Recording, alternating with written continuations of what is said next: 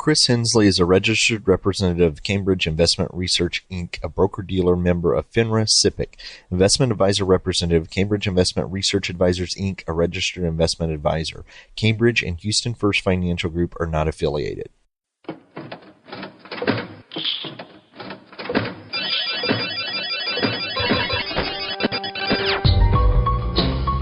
The Houston Midtown chapter of the Society for Financial Awareness presents Money Matters with your host, Christopher Hensley.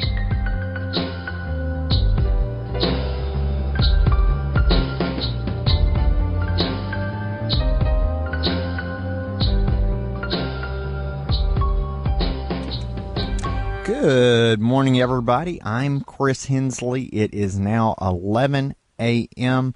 on KPFT Houston Money Matters. We've got a great show lined up for you today. Optimists are 7 times as likely to experience greater financial health than pessimists, according to a recent study by Frost Bank in partnership with positive psychology researcher Michelle Gielan. Michelle has been on our show back in 2015 when she released her book, Broadcasting Happiness, The Science of Igniting and Sustaining Positive Change. She is the founder of the Institute for Applied Positive Research, and so we are once again happy to have her on the show. So please stay tuned. Keep listening. She will be joining us very, very shortly. But if you are a longtime listener, you know that we always reserve just the first few moments, first 5 minutes or so, just to tell you a little bit about what's going on in the Houston and the Gulf Coast area when it comes to financial literacy. So we are here in March of 2019, and boy, you hear me each and every episode talk about Houston Money Week, but we are right about to kick it off in April, and it's kind of like a wedding or a big party that you plan for. You get ramped up, and you get closer and closer, and then before you know it, it is here. Well, we are almost there with Houston Money Week. We finished the Houston Hispanic Forum Career and Education Day back in February. Several events are going to start kicking off here. We've got the Houston Art Card Parade. That is going to be in April. In fact, let me go ahead and point you to the website with the calendar. Our website for Houston Money Week is www.houstonmoneyweek.org. If you do go to that website, there is going to be a tab on there that says calendar, and it will list all of the different events that we have going on, as well as scholarship information. Each and every year, the almost 200 different nonprofits, banks, local city governments, schools, universities that participate in Houston Money Week give scholarships away to all the way from middle school, college, and even adult literacy classes give scholarships each and every year. So a lot of those go unclaimed if we don't have participants. So if you know students that are looking for help for college tuition, this is a good opportunity for them. So again, it's HoustonMoneyWeek.org. There's the scholarship information tab.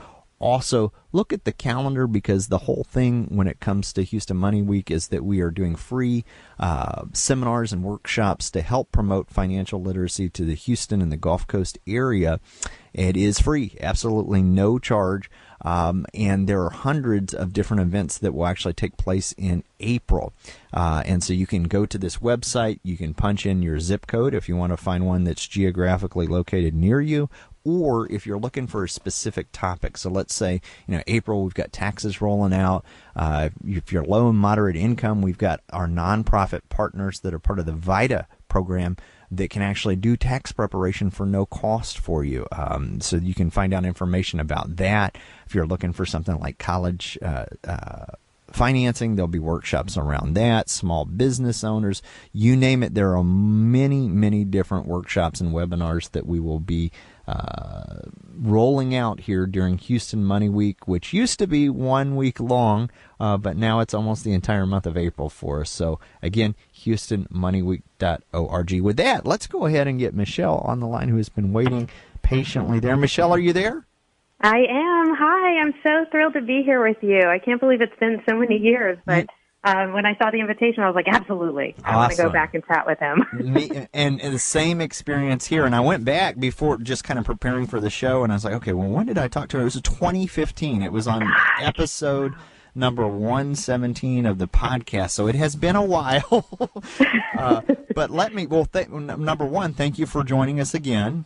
Oh, thanks for having me. Welcome back. And for listeners who aren't aware, let me introduce you to them. Michelle Gielan has spent the past decade researching the link between optimism and success. She is the founder of the Institute for Applied Positive Research and is the best-selling author of Broadcasting Happiness, The Science of Igniting and Sustaining Positive Change. She's also the executive producer of the Happiness Advantage on PBS and a featured professor in Oprah's Happiness Course. Thank you once again for joining us again, Michelle. Oh, thank you. And I want to kind of dive right into it because when you reached out to me, you have been working on this study with Frost Bank. It's a survey that they did. I think it's called Improving Financial Health Can Be a Matter of Mind Over Money. Can you tell us a little bit about that? Yeah, absolutely. So as you mentioned, I've been studying the connection between optimism and success. And so for a while now, I've been doing it in the work domain, looking at how when you're more optimistic at work, how that helps you make more money over the course of your career. Or we did a study that found you're 40% more likely to receive a promotion over the next year if you're highly optimistic versus pessimistic. It has so many implications in so many areas of our life. What I didn't understand was how deep the connection was to what we call our financial health or financial well-being, which is really a complete picture of how we are, our financial lives. And so when Frost Bank approached me to do this study and to partner with them on it, I said, absolutely, let's do it. And so just sort of the headline of the study, the research findings were that if you are highly optimistic, it's positively connected with experiencing greater financial well-being, so much so that optimists are 7 times more likely to enjoy better financial health than pessimists. And this is the stat that when I saw this, I just couldn't believe. We saw that optimists experience 145 fewer days of financial stress each year than pessimists. Oh, I love that. I love that. So that's a strong number. You said 7 times more likely. And the correlation between wellness, between being happy, is huge here. So, you know, when you first started, you were looking at things like just getting a promotion at work, but this is kind of doing a deeper dive here. Were there any things that you would say, I would say that's surprising, but any other surprises that came up as you were doing the research? Well, I think that the one thing that follows on a lot of the other research we found in other domains in terms of optimism is that it's not just about your mindset, it's really also about your behaviors. So we were able to distill some positive behaviors that optimists engage in versus pessimists that help them achieve their financial goals and enjoy those higher levels of financial health. And just to step back, the definition of financial health that we used, because a lot of people sometimes they start hearing this and they think, oh, well, sure, I'm sure the optimists are just the wealthy, wealthy folks with lots of money in the bank, or they're making lots of money at work. And it's actually not just that piece. What we did was we used a definition of financial health that looks at many areas of your life. Are you, so someone who has high financial health would be someone who can pay their bills on time, they don't have crushing levels of debt, they are able to set and achieve or start saving towards some goals, and they're able to use their money from time to time to do things that make them happy, like going out to dinner or taking a class. And so when we looked at that and then also took the data and leveled the playing field as we controlled for wealth, income, skills, behaviors, and a handful of other demographics, we found that there were significantly more optimists on the high level, on the higher side of the financial well-being scale. So that's pretty important to kind of set a definition, because I've been around long enough that when the whole financial health and wellness thing, when it first rolled out, people were like, is this a thing? And it turns out, yes. It definitely is. There is a correlation there, and you laid some groundwork by saying, this is a person that can pay their bills, that they are not worried by the debt, they're able to set and achieve some goals, and then they have some wealth left over to do things that make them happy, like going out to dinner and taking a class. But you notice that there were some positive behaviors that fit these type of people. What were those behaviors that you saw? So we were able to identify three of them in particular. The first one is taking the taboo out of money. So optimists are much more likely to discuss their finances with people that they trust, whether it's a family member, a friend, or their banker, for instance. They have those conversations, they learn information from those people, and then they're significantly more likely to follow them. And actually, Houstonians were amazing at that. They are significantly more interested in learning about money and applying what they learn to their finances as compared to some of the other Texas metros. I'm giving myself a pat on the back. Yes, exactly, because you're helping them do that. That's totally true. So if you want to think and act like an optimist in this domain, you can have that conversation with somebody you trust and reach out, and don't be so secretive. When we're able to do that, the other added bonus is that we build social connection. And so in my research, what we find is that social connection is the greatest predictor of your happiness and your success in life. The more that you can have meaningful conversations with the people around you, the more that you're able to fuel all these successes in other domains as well. The second thing we found was this idea of seeking progress, not perfection. Optimists are much more likely to have a rough plan about their finances versus a really detailed plan. So they just come up with a rough plan and they get out there and start working towards achieving those goals. And then number 3 was expecting the unexpected. Optimists are very rational. Well, hopefully they're rational, but the ones we studied were rational. And they understand that setbacks they can encounter them, and they plan for them. They also learn from mistakes. So I think that's what helped them experience fewer setbacks over the course of their life. Optimists said that they experienced 4 setbacks versus 8 for pessimists. So they really put safeguards into place, and they learn from their mistakes and then move forward, so hopefully they won't happen again. So I love that. So those 3 behaviors you just mentioned: 1, taking the taboo out of money; 2, seeking progress, not perfection, so doing; and then 3, expect the unexpected. They seem like huge behaviors when it comes to optimism. I kind of want to step back, and we're talking about the study that Frost Bank helped fund. But let's back up just a step. This seems like a big level question, but what is optimism for people who are like, well, what is that? Yes. Oh, I'm so glad you're asking that, because sometimes, I give talks at companies pretty regularly, and I share the idea of optimism, and I have to very quickly get to this definition because people hear it and they say, oh, okay, so you're talking about Pollyanna, rose-colored glasses, ignoring reality, and that's not it. Optimism in our research is the expectation of good things to happen and the belief that our behavior matters, especially in the face of challenges. So what we're studying is rational optimism. It's how you take a realistic assessment of the present moment while maintaining the belief that you can put one foot in front of the other, take action, and you will overcome that challenge. My husband and I mentioned I give talks, he does too. We're both married happiness researchers, which is probably a whole other segment. But he came back from a talk one time. He said, I gave a talk on the power of optimism. The CEO loved it, wanted to talk more about how to use the research at his company. And so he gave me a ride to the airport. I get in the car, I put on my seatbelt. The guy gets in, doesn't put on his seatbelt, and after a minute, the bell is going off, ding, ding, ding, reminding you. And so Sean, my husband, very, very funny. If you've ever seen his TED Talk, The Happy Secret to Better Work, you literally laugh for 12 minutes. And so he thinks he's making a joke, turns to the guy and says, oh, you don't wear seatbelts? And the guy says, no, man, I'm an optimist. I heard you talk. Sean said to himself, of course, he said, no, you're an idiot, right? Because optimism doesn't stop cars from hitting us, or financial realities, the markets, what's the amount of money we have in our bank account, good or bad, from impinging upon us. And so rational optimism is taking a realistic assessment of your financial life Well, believing that, hey, if I set a goal and I make meaningful progress every single day towards it, then I can overcome any challenge or setback that I encounter. I love it. So we've got a kind of some guardrails or a definition there on optimism, and optimism has had a profound effect on my life. When I was a teenager, my grandfather gave me a copy of Learn to Optimism by Martin Seligman.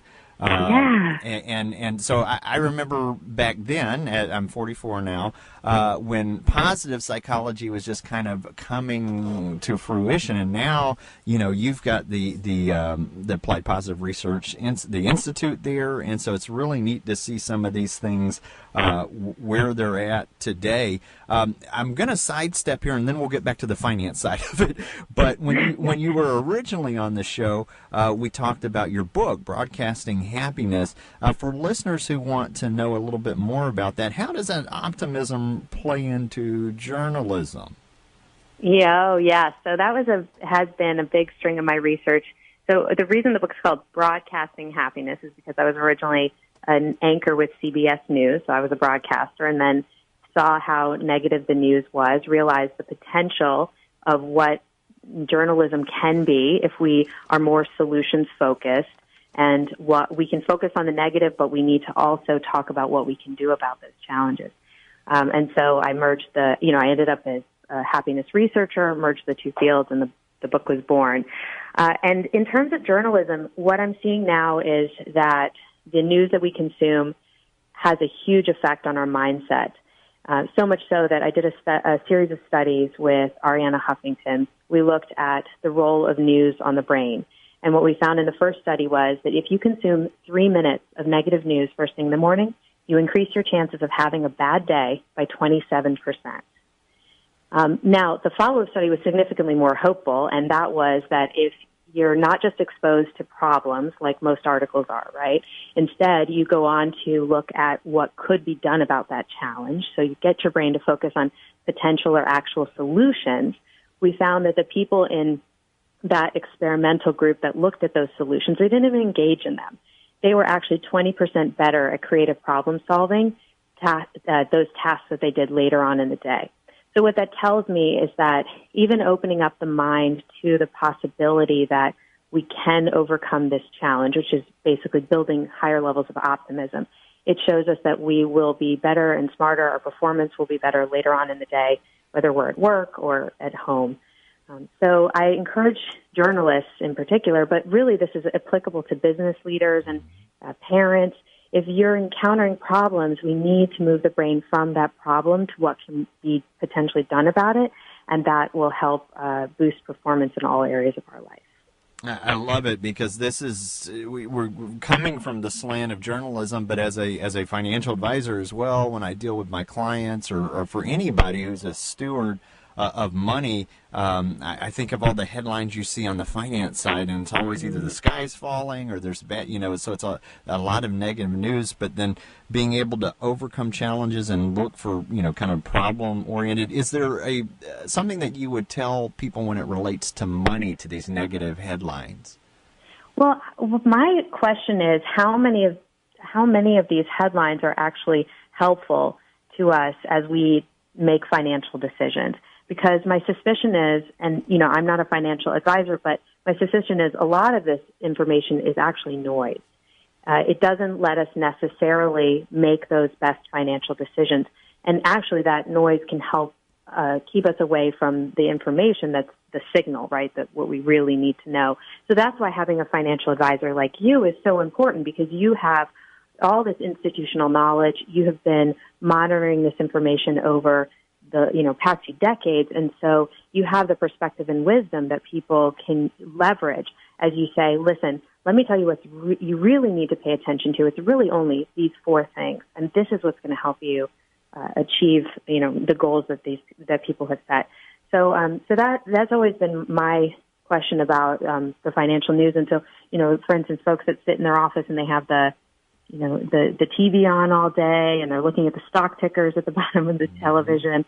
I'm not sure how helpful that information necessarily can be. I would totally validate the idea that the noise, the financial noise that's out there, and having a filter, and so on the finance side, that's good, as well as just the daily news as well. So let's go back to the survey. Were there any other things that kind of stood out to you as you got the results back from the survey from Frost Bank that you helped do the methodology and the research there? Anything else that stood out that you want to share with listeners? Well, I think that understanding some of the kind of the big behaviors can be really helpful. So some of the other things that we found is 76% of respondents who classified themselves as optimistic, or were classified, right, but based upon their answers, they felt really comfortable discussing money and then putting it into practice. They are extremely or very interested in learning about money management compared to pessimists. And I think that piece, they know that the tools are out there, but maybe they don't know which tools to use. I think that was very interesting. And then the overall willingness to learn as well. So I think that's huge, because a lot of times if people are kind of going the other way with their finances, there's a feeling of helplessness and maybe being underwater. And so having that behavior to always want to learn or to know more about it, and you said having those optimists, 76% of them were comfortable discussing it. So that, I think you mentioned earlier, the idea of take the taboo out of money. So this is something that people were openly discussing and communicating about, as opposed to we don't want to talk about it. Right. And the more that we engage in these kinds of positive habits, the more likely we are to actually build an optimistic mindset. People in the survey, it was an overwhelming response where people said, I want to be more optimistic. I'm interested in learning more and growing and building my optimistic muscle, but also following these financial pieces of advice. What we see in the research is that optimism is like a muscle. You can build it at any time. There's actually a fantastic study done with grumpy old pessimists who had been practicing pessimism for 8 decades of their life. Researchers, this is actually from Seligman's team, whom you mentioned earlier, they had them engage in the simple practice of gratitude. So they would write down 3 new and unique things each day that they were grateful for a period of time. And why that's valuable, it's not about the 3 minutes or whatever that it takes you to come up with this list. It's about the whole rest of the day, that as your brain scans for those positive things in your life, you're retraining your brain for higher levels of positivity and optimism. And then the researchers tracked these gentlemen over time, and what they found was that while they were testing as moderate-level pessimists originally, those that kept the practice up for just 14 days tested as low-level optimists, and then those that kept the practice up daily for 6 months, they were testing as moderate-level optimists. It shows us the brain can change at any time, and the more that we engage in these positive habits, the more we train our brain for higher levels of optimism, and then the more that has a positive ripple effect on our behaviors moving forward. So it's sort of like an upward spiral, and it's a great investment. Wow. Optimism, you literally can take it to the bank. Wow, I love it, because it's not, just the idea of looking for those things to be thankful for in your life is a good thing. But here is some metrics where we can sit and see people that had that explanatory style where they were pessimistic and they weren't seeing those, and they changed that. And you even followed up 6 months later, and they scored more like an optimist than a pessimist. And see if I can say that there. 6 months later. So that's fantastic. Tell me a little bit about, I'm looking here at the Frost Bank's Opt for Optimism initiative. Now, I know you helped with the survey. Do you know more about that you could tell us a little bit about? Yeah, this has been amazing. I mean, to think about a bank coming up with this and putting it all together, it just speaks to how tremendous and phenomenal Frost Bank is in wanting to help their customers. Not only this research, which I think helps inform them and their bankers and in behaviors and attitudes that will help their customers make better decisions, but also this Opt for Optimism initiative. So this is so cool. It's 30 days of Optimism Building Habits. What you do is you can go to optforoptimism.com. You sign up. It's free. And then you'll receive a daily email with a new idea or prompt of a behavior that could help you build optimism. And these are not necessarily related to money. They're sort of more general life things, a lot of the same stuff that I recommend when I go work with executives at companies, the practice of gratitude or sending a positive note to a neighbor or, doing a random act of kindness. And a lot of these are researched habits that we have seen actually do have a really big impact on our optimism. So that, if you're listening to the radio show here in Houston, we will have on the podcast version, we'll have a link to that, which is www.optforoptimism.com. So it's one word, opt, like OPT, for optimism.com. It is free and it's 30 days long. And we'll put a link to that as well. What other things coming from this survey there that did you want to let us know about? Were there any obvious roadblocks for people? I think that sometimes people believe that they are merely a result of their genes and their environment, and they say, "I can never change." People will say they'll have multiple kids, and they'll say, "Look, this is my positive kid. This is my less positive kid, and I really tried to raise them the same. I feel like I didn't do that much to shift them one way or the other. It's just how they were." And so I unfortunately think that's a limiting belief. I think what we see, especially with optimism, but with a number of things in our life, we can change at any time. That study with the grumpy old pessimist is one of so many. What I'm excited to see is the positive interventions we've been able to do at companies where we go in, we talk to them about the research and the data around creating a positive culture. We did some work, which I think I talked about on last time I was with you, but with Nationwide Insurance, and there they trained their sales professionals on positive psychology and how to apply it on a regular basis. I mean, simple, easy habits, changing the morning meeting, changing how they spoke to clients on phone calls. And then we tracked them over time, and 18 months later, it led to a 50% increase in their revenues. And that was, for them, $300 million. And normally when you do this project, the president of the company says, "Okay, great," but it was a bunch of other things we were doing simultaneously. But he is such a proponent of positive psychology. He said, "No, it's because we owned this research, we applied it, and this is the business result." And now we're seeing it at schools. We've gone in and worked with teenagers and kids of all ages, really, but how to create a positive culture and celebrate successes at schools. 1,800 acts of kindness in 18 hours in Flint, Michigan, at the schools there that are facing poverty and all these other challenges. We just did some work in the poorest county in Iowa, Cardinal School District, and over the course of a couple years, they were able to raise the graduation rate significantly. Attendance went up. The place was originally ranked as one of the worst places to work. It now is one of the best places in the country to work, and even rich kids from the school district next door, because of open enrollment, their parents are busing them in or driving them in to Cardinal School District to receive a positive education. So we talk about happiness, but there are incredible ripple effects that building that happy, optimistic mindset can have on all these domains of our lives.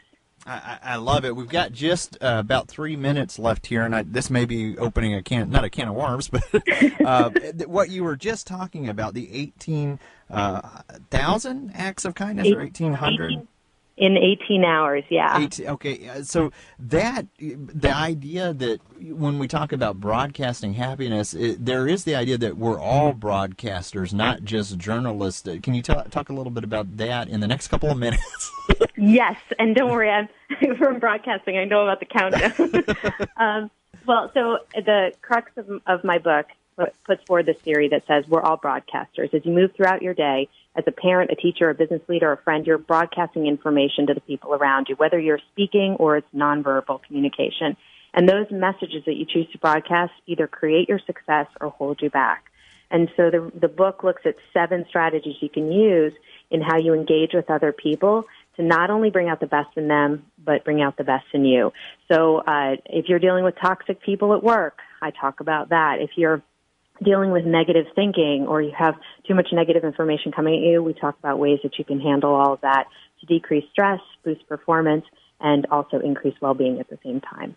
I love it. Michelle, thank you so much for joining us today. Well, welcome back to the show, and we will have to have you on here again in the future. Oh, thanks so much. It's been great being here with you. For the listeners who'd like to find out about Michelle, more about Michelle, her website, Michelle Gielan, GIELAN.com.